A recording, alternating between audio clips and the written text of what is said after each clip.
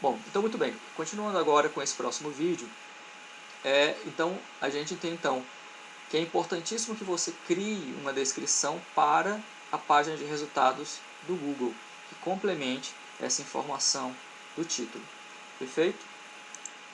Muito bem, aqui eu tenho alguns exemplos para a gente aprofundar um pouco mais a importância de trabalhar o título e a URL. Esses dois de cima é do mesmo site, tá? Globo Esporte. E aí eu tenho Bahia versus Ceará e Ceará versus Bahia. É óbvio que no futebol, especificamente no caso dos esportes, a ordem dos times tem um contexto. O primeiro time é o mandante, o segundo time é o visitante. Tá? Mas, dependendo da ótica que você vai produzir, e quando eu digo essa ótica, eu estou me referindo ao persona para o qual você está produzindo o conteúdo, talvez seja interessante que você desobedeça essa regra do mercado, de que o mandante é sempre o primeiro. Por quê? Porque se você considera aquele persona que é o fanático, ele nunca vai querer ver o time oponente na frente do seu. Tá? Então, por que não pensar títulos em que não se leva em consideração que o mandante é o primeiro? E aí você desenvolve o contexto disso dentro do texto, mas no título, na URL, você fazer esse tipo de teste. E nada impede que você produza uma ou duas ou três publicações com variações, de forma que você possa fazer um teste para sentir qual a reação do teu público. Tá? Muito bem. Aqui a gente tem do lado direito, né? Então desse lado direito aqui, casos em que os títulos são muito parecidos. Eu tenho Bahia-Ceará, Ceará-Bahia, Ceará-Bahia, Ceará-Bahia, Ceará-Bahia e a mesma coisa. E esses títulos todos foram obtidos para a mesma busca, Ceará versus Bahia. O que acontece? Pensando a partir da ótica do usuário, estes sites do lado direito, eles não se diferenciam para o consumidor, para o usuário. Né? O título é muito parecido em cada um. Tá? O título é muito parecido. Quando o usuário chega na página de resultados do Google e ele olha títulos de publicações, aquelas 10 primeiras, muito parecidos, ele tem que parar e fazer uma reflexão. Ele não vai só pelo título. Quando ele olha todas as publicações com títulos parecidos, a primeira reação dele, muito provavelmente, bom, se o título é igual, qual é o meu próximo item? É o site que eu já conheço e confio. E aí ele vai olhar, é Globo, é UOL, sei lá, outros sites que existem, tá? Da área de esportes. Esse está ali, o Gol, né? E aí ele vai pensar na marca, tá?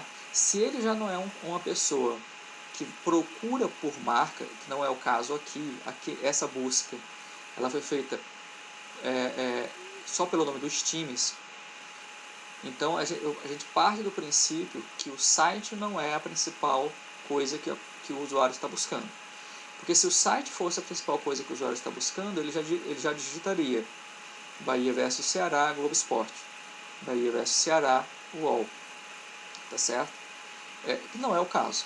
Então, partindo desse princípio, é importante que o seu título ele tenha a informação, o Ceará, o nome do time, mas ele se diferencia dos demais. E aí a gente tem um modelo interessante aqui do lado esquerdo. Então tem a palavra-chave dos times e tem raio-x. Né? Dá uma ideia de que vai esmiuçar o jogo. Ao vivo Ceará-Bahia, mesma coisa. Né? Você sabe que ali vai ter a transmissão ao vivo. Né? Gols do Ceará-Bahia, né? Com o resultado já do gol do jogo. Né? Isso é importante porque diferencia de todos esses demais aqui. Então, o título e a descrição ele precisa responder à pergunta feita no Google. Se a pessoa simplesmente digita Ceará versus Bahia ou Flamengo versus Corinthians, qual é o resultado? É que a pessoa ela quer uma informação geral. Mas, se a pessoa pergunta, finalistas do Campeonato Brasileiro 2020, essa pergunta ela é muito específica. Então, quanto mais específica é a pergunta, mais valiosa ela é. Tá? Sendo mais valiosa, é mais interessante, talvez, para você. Tá certo?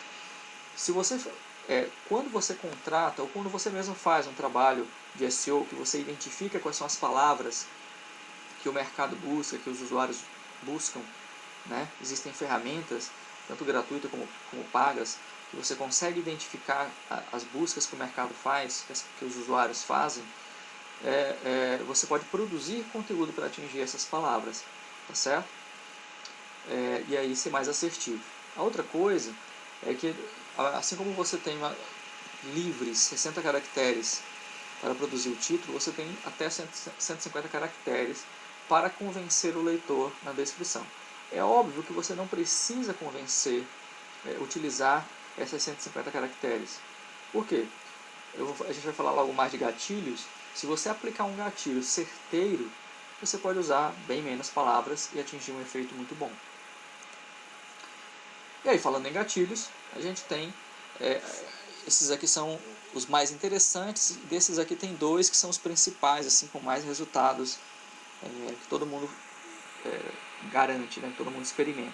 Tá? Então, emoção, raiva, medo, curiosidade e indignação são assim, os mais comuns, sendo que curiosidade e medo são os principais para provocar no usuário, para provocar no leitor uma ação.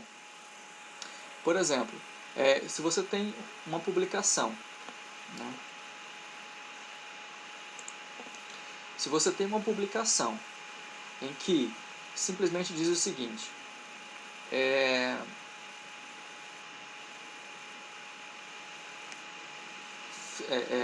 finalistas do Campeonato Brasileiro 2020, tá?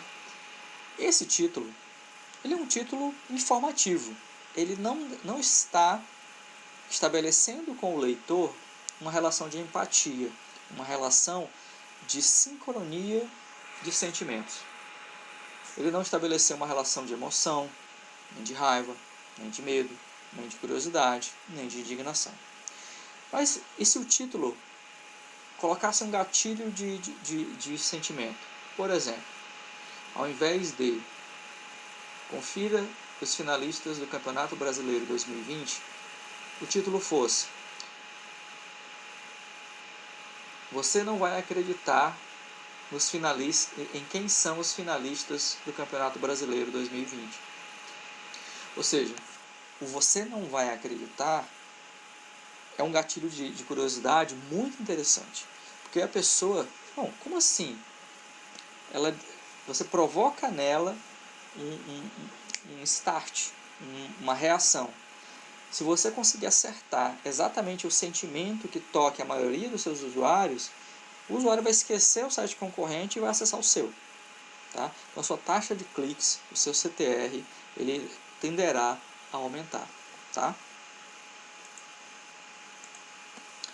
Aqui eu tenho exemplos de publicações em que se explora os sentimentos. Então eu tenho aqui um vídeo do YouTube em que o jogo virou desespero de rivais, e aí continua. Alguma coisa ligada ao Flamengo, né? E a imagem mostra uma pessoa que tem o sentimento parecido com a descrição do título. Né? Flamengo está desesperado, né? Flamengo está desesperado, né? Emoção do adeus, né? Mexe assim, dá uma introspecção na pessoa. Então, à medida em que você joga um gatilho de sentimento, de algum tipo de emoção, você consegue tocar o coração do seu leitor e aí prendê-lo dentro de você, dentro do seu site, né? A gente tem aqui uma outra, né? Eu fiz uma pesquisa para poder localizar isso mais fácil e didaticamente. Aqui, time raiva, a pesquisa foi essa, time raiva. Então, apareceu o carrossel de imagens no topo do resultado do Google, com especificamente aqui, esses dois, com um sentimento muito forte. Esse realmente tem um sentimento de raiva, né? Esse outro nem tanto, e esses aqui não. Mas esse aqui que tem o sentimento muito explícito, ele tende a engajar, ele tende a encontrar um eco naquele usuário que tem o mesmo sentimento que ele. Tá certo? Esse aqui, o terceiro, ele vai pegar usuários que não estão envolvidos por emoção, tá? As personas que não estão envolvidas em emoção. Tá certo? Muito bem, raiva e assim por diante. Tá? Olha só uma coisa curiosa. Esse site aqui, a URL é apenas news. E esse outro site aqui, ele tem ainda com raiva, mas e reticências. O usuário aqui nesse site de baixo, ele já vê a URL toda e ele já sabe tudo que tem ali. No de cima ficou só com palavras, não tem, só tem um substantivo, que é raiva, ou não é necessariamente um substantivo puro e simples, né? Mas não tem nenhum verbo, né? Então são URLs muito fracas, tá? Não complementam. E aí, por exemplo, ainda com raiva, mas é hora de apoiar o time. Ganhando, empatando ou perdendo, com raiva ou com alegria, nós sempre acompanharemos nosso time. Veja como essa descrição, ela confirma o título. É muito boa. Agora, a raiva é porque o time do Corinthians é fraco. Debatem. A descrição que está embaixo é exatamente o mesmo título. Ou seja, quem produziu o conteúdo não escreveu a sua descrição, e aí o Google escolheu uma, que por coincidência, por triste coincidência, é o próprio título. Tá certo? Muito bem. Então, título da publicação da notícia, a URL da notícia e a descrição da notícia, ambos devem ter palavras-chave que se queira atacar. Né? Se você mesmo fizer essa pesquisa de palavra-chave, ou você contratar alguém para fazer esse planejamento de mercado de palavras-chave para você, você vai guardar essas palavras e vai montar grupos de palavras-chave. Vamos supor que você tenha 3.000 palavras-chave dentro da área que você trabalha, dentro do nicho que você trabalha, ou em cada nicho dos que você trabalha, você organiza essas 3.000, 4.000 palavras em grupos de 30 palavras, de 50 palavras. E aí nas notícias você vai explorando cada um desses grupos. Né? Então, de forma que você escreve a notícia e depois você volta lá nos seus grupos de palavra-chave e vê qual grupo de palavra-chave se encaixa com aquela notícia e tenta ver quais as palavras-chave que estão naquele grupo de notícias que você pode enriquecer o seu texto. Tomando cuidado de não fazer como se fazia antigamente, de encher a publicação com um monte de palavras-chave e deixar um texto tosco. Tá? Não fazer isso. O texto tem que ser excelente para a leitura do usuário. Tá?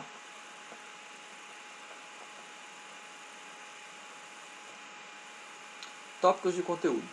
Quando o seu título cresce um pouco, né, logo mais a gente vai ver que uma publicação ele tem que ter pelo menos, para ter, entre aspas, um respeito do Google, 250 palavras. Tá? Então quando você começa a ter ali 300, 400 palavras, né, é bom você criar subtópicos dentro da notícia. Eu vou abrir aqui um site que não é especificamente um site de notícias, mas só para que a gente tenha uma percepção, ok? Eu vou pegar aqui Wikipedia,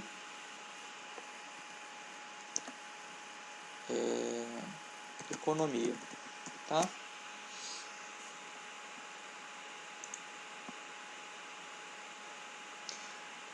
Quando eu falo os títulos, né, os tópicos, eu estou me referindo a essas palavras que normalmente ficam em tamanho maior, tá?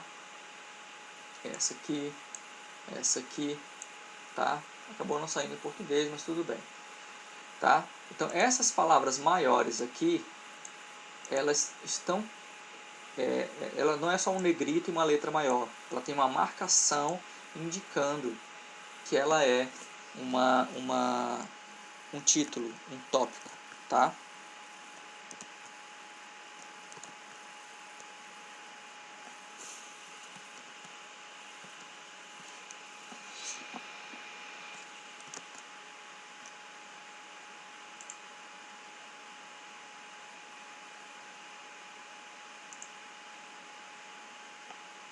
Só voltando aqui, tá? Então, quando você produzir o texto, o que você faz? E ele começa a ficar um pouco maior, passando ali de 200 palavras mais ou menos. O que você faz? Você cria um título 2. Né? Lá na edição do WordPress, na tela de edição, ele tem ali parágrafo, um menuzinho que abre, né? Uma caixinha que abre. Parágrafo, título 1, título 2, até título 6. Não use o título 1, porque o título 1 é o próprio título da publicação. Use o título 2 ao 4, principalmente. Tá? E aí, sempre nessa sequência. Você usou um título 2 e quer fazer um outro subtópico, ou seja, continuar falando do assunto, mas com um pouco mais de detalhe, use um título 3. Você quer aprofundar um pouco mais e o texto continua grande, use um título 4. Nunca use um título 2 e depois já pule para o título 4. Não, siga a sequência. Tá? E aí no texto você vai usando as palavras de ataque. Tá? A gente também vai dar essa pausa agora, a gente já muda para o próximo vídeo e a gente continua falando logo mais.